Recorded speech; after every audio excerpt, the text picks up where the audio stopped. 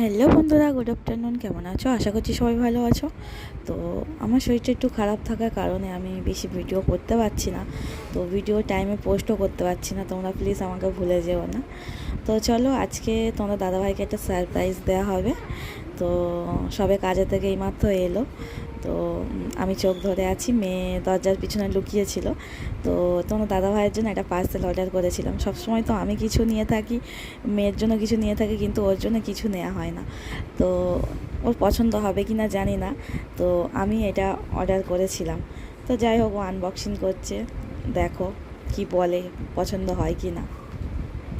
তো বলছিল ভিডিও করো না। আমি দেখো দাড়ি ঠাড়ি কাটিয়ে নিয়ে কাজের থেকে এসছি, কেমন হয়ে আছে, এইভাবে ভিডিও করছো, মানে কী হয়েছে করো।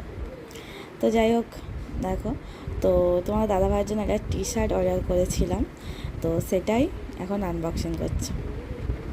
আমি যখনই তোমার দাদাভাইয়ের জন্য টি শার্ট কিনি, ওর নাকি ছোটো হয়। তো এবারে এমন সাইজ অর্ডার দিয়েছি, অনেকটা বড় হয়ে গেছে।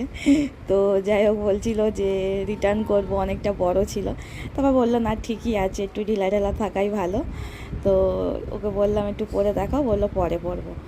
তো কেমন লাগছে টি শার্টটা বলো। তো যাই হোক, তোমাদের দাদা ভাইয়ের নাকি টি শার্টটা খুব পছন্দ হয়েছে, দেখে ফিদা হয়ে গেছে। তো তার জন্য আরেকটা অর্ডার করেছে। এখন বললাম পরেছে, একটু ভালোভাবে দাঁড়াও, দেখো কি ঢং করছে, দেখো।